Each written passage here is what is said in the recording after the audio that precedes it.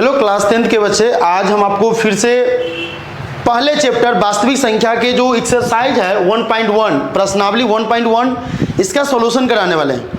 कल के जो वीडियो जो बच्चे देखे होंगे उनको वास्तविक संख्याएं के जितने भी थ्योरी होते हैं, मेन टॉपिक्स होते हैं, उन सभी को मैंने वीडियो में क्लियर कराया था।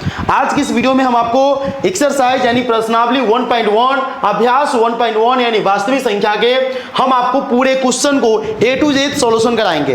तो चलिए हम चलते हैं और इसको A to Z सॉल्यूशन कराते हैं। और आपको बता दें कि जो क्वेश्चन आप यहाँ पर देख रहे हैं ये तीनों के तीनों जो क्वेश्चन है वो बहुत ही VVI है। और इसमें से सबसे ज्यादा जो क्वेश्चन है ये क्वेश्चन और ये क्वेश्चन जो है कई बार एग्जाम में पूछा गया हुआ है। तो आप लोग को हम ये सभी क्वेश्चन को एक एक करके बताएंगे, बशर्ते आप लोग चैनल के साथ जुड़े रहें। चैनल पर नए हैं, चैनल को सब्सक्राइब कर लीजिएगा। चलिए हम चलते हैं अगले जो है उस पर। और अगला जो हमारा क्वेश्चन है यहाँ पर आप देख रहे हैं किस तरीके से हम सोल्यूशन किए हुए उसको भी हम आपको दिखाएंगे। सबसे पहला जो क्वेश्चन कह रहा है कि यूक्लिड विभाजन एल्गोरिदम के प्रयोग से, अगर आप यहाँ पर देखें तो यूक्लिड विभाजन एल्गोरिदम के प्रयोग से HCF ज्ञात करना, यानी HCF का फुल फॉर्म जो होता है हाईएस्ट कॉमन फैक्टर होता है। तो सबसे पहले हम ये क्वेश्चन यहाँ पर दिख रहा है 135 और 225, अगला है 196 38,220 और तीसरा है 867 और 255। जो बच्चे NCERT यानी कि किसी भी बोर्ड से क्लास 10th में है ना, मैथ आपको यही पढ़ना है और आपके क्लास 10th में मैथ यहीं से पूछता है। इसीलिए आप घबराइए नहीं कि हम बिहार बोर्ड के, यूपी बोर्ड के, महाराष्ट्र बोर्ड के, आप किसी भी बोर्ड से, डजंट मैटर्स। तो चलिए यहाँ पर हम सबसे पहले देख लेते हैं पहले क्वेश्चन को। पहला जो क्वेश्चन है वो 135 और 225 है।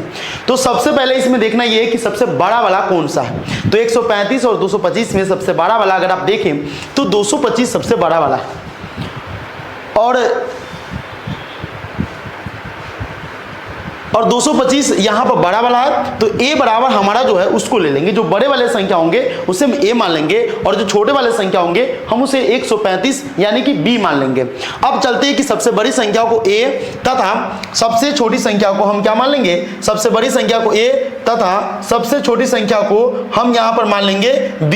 ठीक है, सबसे छोटी संख्या को A और बड़ी संख्या को B मान लेंगे। ठीक है, अभी हम यहां से ये देख लिए यूक्लिड विभाजन एल्गोरिदम के प्रयोग जो होता है, जैसा कि हम आपको थ्योरी में बताए थे कि यूक्लिड विभाजन एल्गोरिदम के प्रयोग को हम किस तरीके से करेंगे।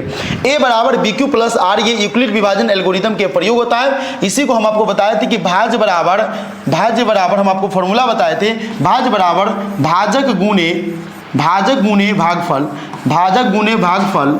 ठीक है, और प्लस में होता है शेषफल। इसी को ये यूक्लिड विभाजन एल्गोरिदम के प्रयोग से क्या कर देता है, A बराबर BQ प्लस R में कन्वर्ट कर देता है। इसका मतलब है कि जो हमारा मान सबसे बड़ा होगा हम उसे एक रूप में मानकर यहां पर लिखेंगे 225 के जगह पर। अब देखिए ये काम आप रफ में भी कर सकते हैं। रफ का मतलब है कि जो 225 है हम चाहे तो इसे हम यहां से कर सकते हैं, सबसे छोटी वाली से हम इसे अलग से निकाल सकते हैं रफ में। ठीक है, तो अलग से निकालना हो तो 135 और इधर हो जाएगा 225। ठीक है, अब यहां से हम करेंगे 135 इकाई 135। सबसे पहले इसे रफ में कर लेंगे और 5 में से 5 गया 0, 12 में से 3 गया 9, इस तरीके से कट जाएगा। फिर हम 90 से 135 में करेंगे। ठीक है, इस फिर एक मरतबे कटेगा और 90, यहां से बच जाएगा 45। ठीक है, और 45 से 90 कट जाएगा, 2 मरतबे में पूरा कट गया। ये जो काम आपका रहेगा ये रफ में कर सकते हैं और इसी को हमको यहाँ पर लिखना रहता है इसमें। तो जो सबसे बड़ा वाला बीच में रहेगा उसी की जगह हम लिखेंगे 225 बराबर 135 गुणे 1 प्लस में 90। ये काम हो गया। अब जब तक इसका शेषफल 0 नहीं आ जाए, यानी इसका रिमाइंडर जब तक 0 नहीं आए तब तक हमको कंटिन्यू करते चल जाना है। जब 0 आ जाएगा इसका मतलब है कि उसका आंसर जो है कंटिन्यू हमारा आ रहा है, सही में आ रहा है। अब हमारा जो ये 135 है इसको हम इधर ले आएंगे बराबर किस बगल, और ये जो हमारा प्लस में रहेगा इसी से डिवाइड करते हैं, जैसा कि आप यहाँ पर देख सकते हैं। तो 90 से डिवाइड किए 1 मरतबे लगा, तो 90 गुणे 1 और शेषफल कितना बचा 45, तो 45 यहाँ पर हम लिख देंगे। ठीक है, अभी भी हमारा शेषफल 45 यानी 45 बचा। अब अगला क्वेश्चन की तरफ चलते हैं क्या कि अब हम चलेंगे जो ये मान हमारा यहाँ पर ले लेंगे और इसे क्या करेंगे, भाग करेंगे। तो देख सकते हैं 45 दूना 90 हो गया, यानी 45 दूना 90 और प्लस में 0। जैसे ही 0 आ गया इसके जस्ट ये वाला ये देख रहे हैं ना, जैसे ही 0 आ गया जिससे कट गया वही हमारा HCF यानी B बराबर 45। फिर उसमें से B का मान HCF होता है और HCF का मान कितना हो गया 45 हो गया। बस इतना आप बना दीजिएगा, एग्जाम वाला जो आपको 2 नंबर आराम से दे देगा। तो ये क्वेश्चन आशा करते हैं कि समझ में आ गया होगा। अभी हम चलेंगे दूसरा का क्वेश्चन 196 और 38,220 को कैसे हम बनाएंगे। चलिए घबराइए नहीं, बस आप वीडियो के साथ बने रहिए। अभी हम चलते हैं अगले क्वेश्चन की तरफ। ये है अगला क्वेश्चन, और अगला क्वेश्चन में हम ये ले लेते हैं, ये 138 जो 196 और 38,220 को, इसको भी बिल्कुल उसी तरीके से करना है। आप चाहें तो 196 को आप यहां से कर सकते हैं, 196 से 38,220 को यहाँ से हम कर सकते हैं। करेंगे तो 196 एक मरतबे लगेगा, ठीक है, और यहाँ से लिख करके हम कर सकते हैं। लेकिन अगर आपको हम बता दें किस तरीके के कैलकुलेशन करेंगे तो लंबा चौड़ा जाएगा। हम इसका रूल एक आपको बता दें, किस तरीके जो क्वेश्चन होता है, कुछ कुछ क्वेश्चन जो होते हैं उसको आपको ट्रिकी में याद करने पड़ेंगे, क्योंकि इस तरह के कैलकुलेशन करेंगे 2 नंबर है, बहुत ज़्यादा समय लग जाएगा। इसीलिए क्या करेंगे, डायरेक्ट जो ये इसका फॉर्मूला होता है इस क्वेश्चन का 196 × 195 हो जाता है, ठीक है। अगर आप चाहें तो इसे कर ले, क्योंकि हम इतना ज़्यादा समय तो नहीं ले सकते, इसीलिए हम इसे इतना ही पर करके इसे हम करेंगे। अगर आप चाहें तो 196 को 195 से, आप मोबाइल आपके पास होगा, मोबाइल में कैलकुलेट करके देख सकते हैं कि 38,220 आता है, डायरेक्ट एक ही बार में आता है। और इस तरीके क्वेश्चन का जो डायरेक्ट जो एचसीएफ निकालते हो एक ही बार में निकलता है। ये एक्सेप्शनल क्वेश्चन है, इसको बस आप याद करके रखिएगा। तो 38,220 को क्या करेंगे, 196 × 195 और 0 आ गया। इसका मतलब है कि ये पहला वाला गुण यहाँ पर क्लियर आ गया। जैसे ही 0 आ गया, इसका मतलब है कि b बराबर हमारा 196, यानी एचसीएफ का मान कितना हो गया, 196। आशा करते हैं कि ये क्वेश्चन आपको समझ में आ गया होगा। अभी हम अगले क्वेश्चन यानी 867 और 255 के बारे में चलते हैं। देखिए ये क्वेश्चन जो है ज़्यादा बड़ा तो नहीं है, इस तरह के क्वेश्चन आप देख सकते हैं कि कितना इजी वे में आप इसे हल कर सकते हैं। और यदि आपको अभी भी कोई प्रॉब्लम है ना, तो भाई साहब नीचे कमेंट करिएगा, तो हमें मालूम चलेगा कि आपको किस प्रकार से प्रॉब्लम है, किस तरीके के प्रॉब्लम को आप सामना करते हैं, और आपको उस प्रॉब्लम को हम बढ़िया से उसका सॉल्यूशन करके देंगे। तो सबसे पहले है तीसरा नंबर क्वेश्चन 867 और 255।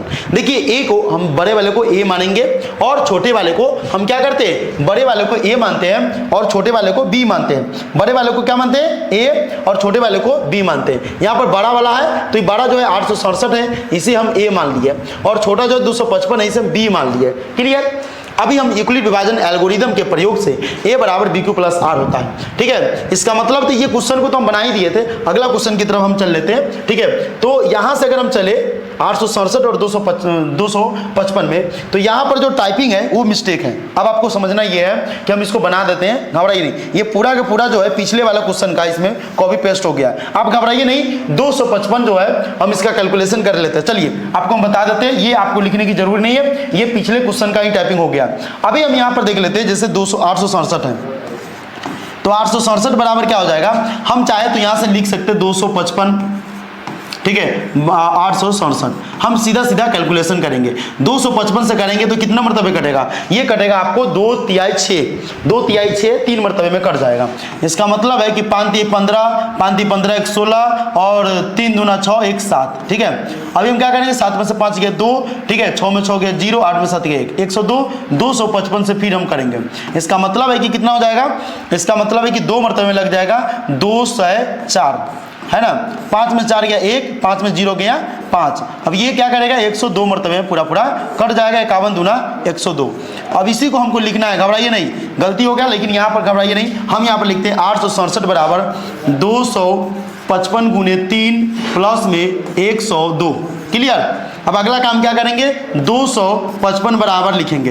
देखिए यहाँ पर जो लिख रहा है कितना हो जाएगा, 102 × 2 प्लस में 51, इतना काम हो गया। अगला काम क्या करेंगे, 102 बराबर, अब हो जाएगा 51 × 2 प्लस में 0।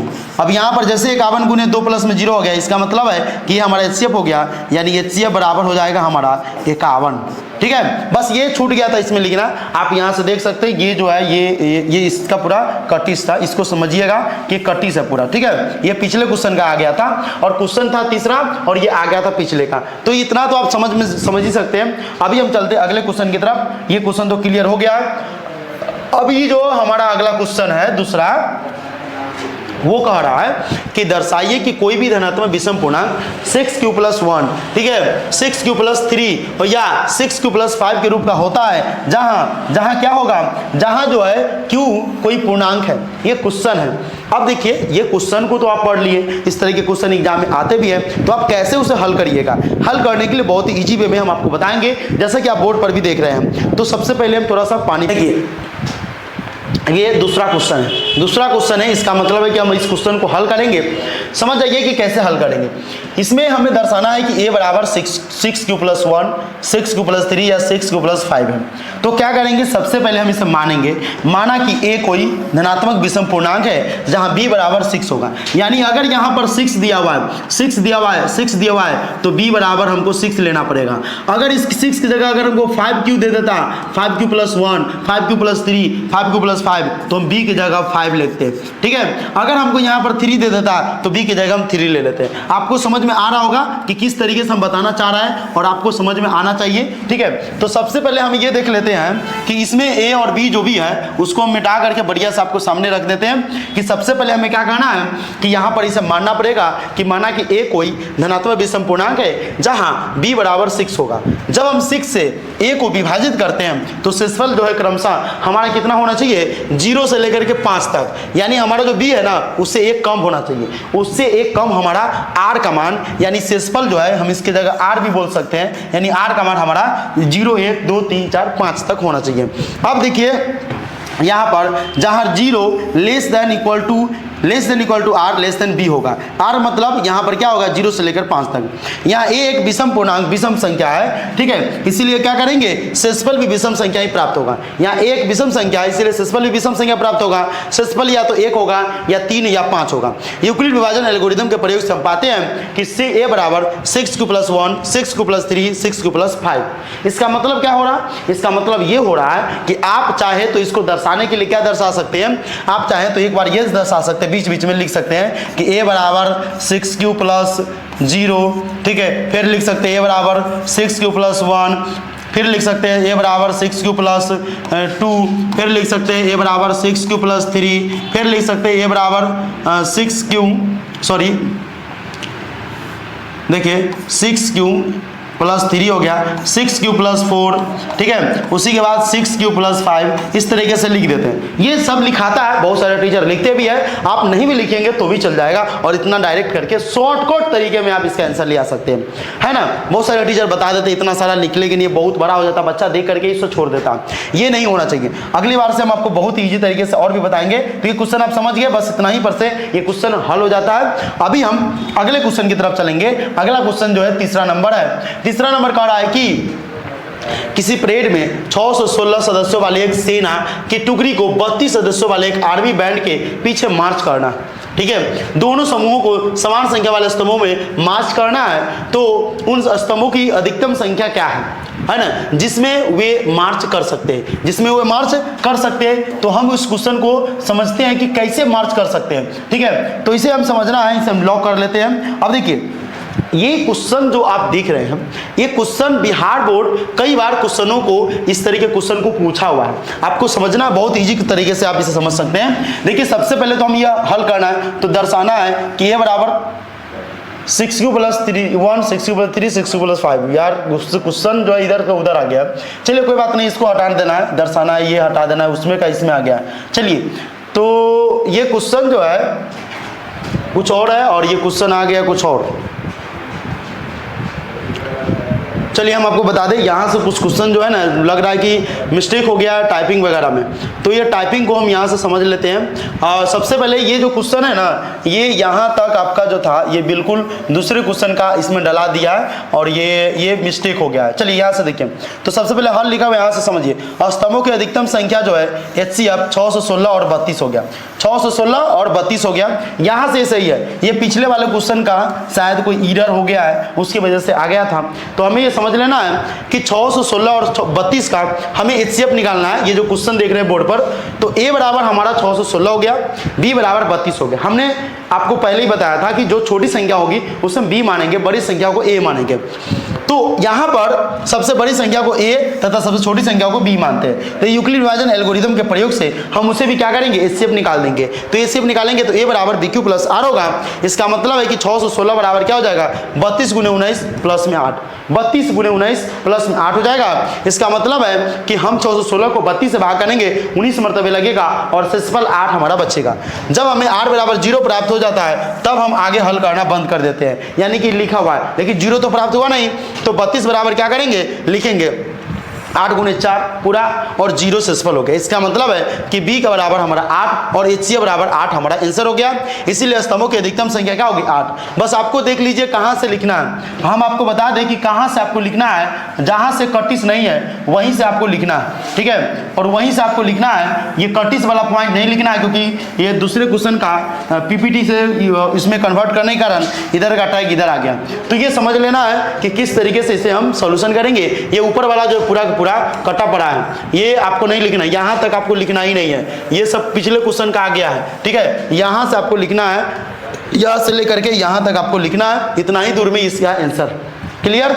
अभी हम चलेंगे आगे, ठीक है। अभी हम आगे चलेंगे चौथे क्वेश्चन की तरफ। चौथा क्वेश्चन को आप समझ सकते हैं कि किस तरीके से इसमें दिया हुआ है, और ये क्वेश्चन को समझना आपको बहुत जरूरी है क्योंकि जब तक नहीं समझेंगे तो इस तरह के क्वेश्चन आप नहीं बना पाएंगे। देखिए क्वेश्चन जो कह रहा है कि यूक्लिड विभाजन प्रमेय का प्रयोग करके दर्शाइए कि किसी धनात्मक पूर्णांक का वर्ग किसी पूर्णांक m के लिए 3m या 3m+1 के रूप का होता। तो सबसे पहले क्या करेंगे, यहाँ पर लिखेंगे दर्शाना है। हमें यहाँ पर क्या कर रहा है कि धनात्मक पूर्णांकों का वर्ग यानी a स्क्वायर बराबर हमारा क्या हो जाएगा, 3m या 3m+1। तो a बराबर bq प्लस r होता है। इसका मतलब है कि a का स्क्वायर कर देंगे।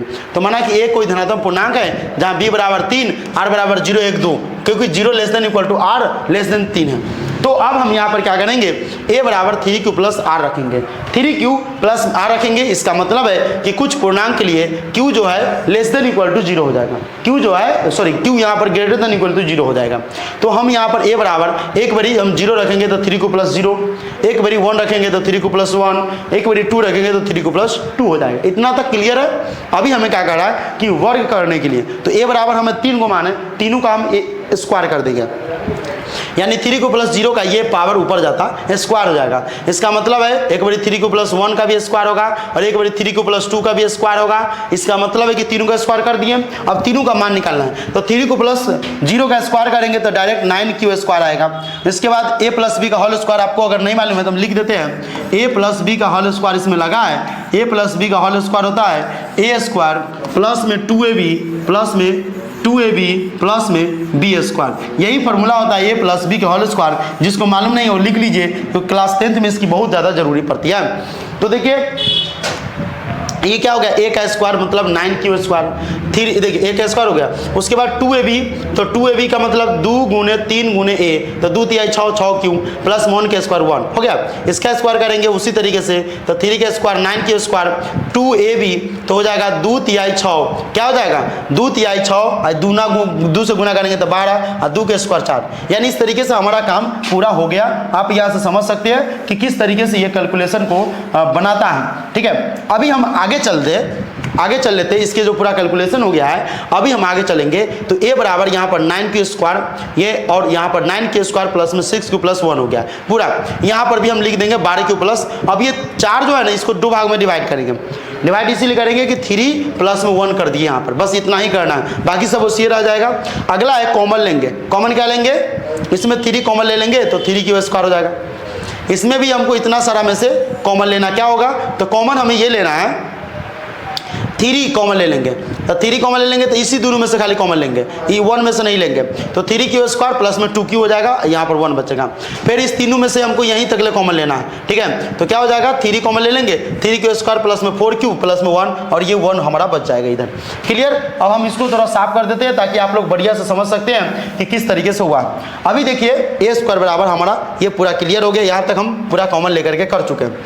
यदि m बराबर 3q स्क्वायर, ये स्क्वायर है, दो जो देख रहे हैं ना स्क्वायर है, इधर 3q स्क्वायर प्लस में 2q और 3q square plus 4q plus 1 हो तो हम पाते हैं कि a स्क्वायर बराबर 3m प्लस 1 और 3m प्लस 1 के बाद जो है हमारा क्या है 3m या 3m+1 के रूप का होगा, यानी 3m या 3m+1 के रूप का होता है। ये हमारा ये सिद्ध हो गया। देखिए ये चौथा क्वेश्चन था। अब हम इस चैप्टर के सबसे लास्ट क्वेश्चन की तरफ चलेंगे, जो इस चैप्टर का सबसे लास्ट होने वाला है। तो चलिए 5वें नंबर क्वेश्चन की तरफ चलते हैं। 5वें नंबर क्वेश्चन कह रहा है कि यूक्लिड विभाजन का प्रयोग करके दर्शाइए कि किसी भी धनात्मक पूर्णांक का जो घन होता है, घन का मतलब होता है किसी भी पावर में अगर हम q कर दे, 3 पावर कर दे तो घन होता है 9m या 9m+1 या 9m+8 के रूप का होता है। देखिए एनसीईआरटी का जो टॉपिक्स है, एनसीईआरटी की जो मैथ है, उन्हीं का ये क्वेश्चन है और ये 5वें नंबर क्वेश्चन है। तो सबसे पहले क्या करेंगे, माना कि a कोई एक धनात्मक पूर्णांक है, तो यूक्लिड विभाजन परिमेय के प्रयोग से a बराबर bq प्लस r, जहाँ 0 less than equal to r less than b हो गया। यानी b बराबर हम यहाँ पर 9 रखने पर, यानी b की जगह 9 क्यों रखेंगे, हम आपको बताए हुए कि जब यहाँ पर मान अगर हमारा 6 दिया हुआ है तो b की जगह 6 रखेंगे, 9 दिया हुआ है तो 9 रखेंगे, 5 दिया हुआ है तो 5 रखेंगे। तो अब हम यहाँ पर समझेंगे कि b का मान 9 क्यों रखे, समझ लिए। अब देखिए a बराबर 9q plus r, 0 less than equal to r less than 9, तो r बराबर 0 होगा, r बराबर 0 होगा। लेकिन 0 से लेकर के हमारा जो है r का मान कितना आ जाएगा, 0 से लेकर के 1 2 3 4 5 6 7 8 भी जा सकता है, ठीक है। तो जब हम r बराबर 0 रखेंगे तो इसका मतलब क्या है कि 9q प्लस 0 यानी 9q होगा। जब हम r बराबर कुछ और रखना चाहेंगे तो भी हो सकता है, लेकिन हमें रखने की जरूरी नहीं है। यहाँ पर सिर्फ हम a का मान निकाल करके उसका q करेंगे। तो 9q का अगर हम aq के जगह पर 9q कर दें तो क्या हो जाएगा, 9 9 81, ठीक है, क्या हो जाएगा 9 9 81q, है ना, इस तरीके से हो जाएगा। और 9 को हम कॉमन कर लेंगे। तो देखिए इसमें 9q का q किया हुआ, तो एगो 9 को अगर हम बाहर ले लें और 2 9 को यहीं पर कर दिए तो 9 9 81, एगो 9 बाहर हो गया। इसका मतलब है कि 9m, जहाँ m बराबर कितना हो गया, m बराबर हो गया 81q। m जो है पिछला जो है m है, क्योंकि ये 9 है और m है, तो 9 के बगल वाला जो रहेगा वो m का रूप रहेगा। तो ये 9 के बगल वाला क्या होगा, m का 81q। जब r बराबर 1 हो तो 9q प्लस 1 होगा। उसी तरीके से 9q प्लस 1 का हल क्यों करेंगे, तो a प्लस b का हल क्यों करेंगे। तो सबसे पहले तो 9 को कॉमन कर लिया है और डायरेक्ट यहाँ पर लिख दिया AQ, ठीक है, AQ होता है तो यहाँ पर कॉमन कर लिए, BQ होता है, CQ होता है उस अनुसार से, ठीक है, और प्लस में हमारा CQ होता है। तो सब में से हम क्या कर लिए, उसको कॉमन कर दिए, उसको ले करके बाहर ले लिया और प्लस में 1 है। इसके बाद 9m+1 है, जहाँ m बराबर 81q 27q² और प्लस में 3q बचा। क्यों, क्योंकि ये हमारा इस तरीके से कैलकुलेशन था, 9m+1 लेना था। अब r बराबर 2 रखेंगे तो 9q प्लस 2 होगा और बिल्कुल सेम टू सेम प्रोसेस हमारा वही जाएगा। अब यहाँ से पूरा प्रोसेस करने के बाद लास्ट में हमारा आता किसी धनात्मक पूर्णांक का घन जो है 9m+1 या 9m+8 के रूप का होता है। देखिए ये जो क्वेश्चन है बहुत ही अच्छा क्वेश्चन था, लेकिन कई बार एग्जाम में ये क्वेश्चन आया भी है, कई बार नहीं भी आया, लेकिन ज़्यादा चांस है कि क्वेश्चन आएगा नहीं, ठीक है। क्वेश्चन आपको बस देखना है कि HCF वाला, इस चैप्टर से जो क्वेश्चन आएगा ना वो आएगा HCF वाला, जो HCF निकालना है या सेना के मार्च वाला है, वही क्वेश्चन इस चैप्टर से 2 नंबर से 5 नंबर के बीच में एग्जाम में आपको आता है। तो अभी तक आप लोग इस वीडियो को देखें और सब्सक्राइब नहीं किए हैं तो जल्दी से जल्दी आप जो है इस चैनल को सब्सक्राइब कर दीजिए और इस वीडियो को ज़्यादा से ज़्यादा शेयर करें। इस वीडियो को ज़्यादा से ज़्यादा शेयर करें अपने दोस्तों के साथ जो बच्चे क्लास 10th में किसी भी बोर्ड से हो और इस तरीके की कंटिन्यूटी पढ़ाई करना चाहते हैं, तो उसके लिए ये ज़रूरी है। तो चलिए आज हम इतना ही और फिर मिलते हैं अगले वीडियो में। तब तक के लिए जय हिंद, जय भारत।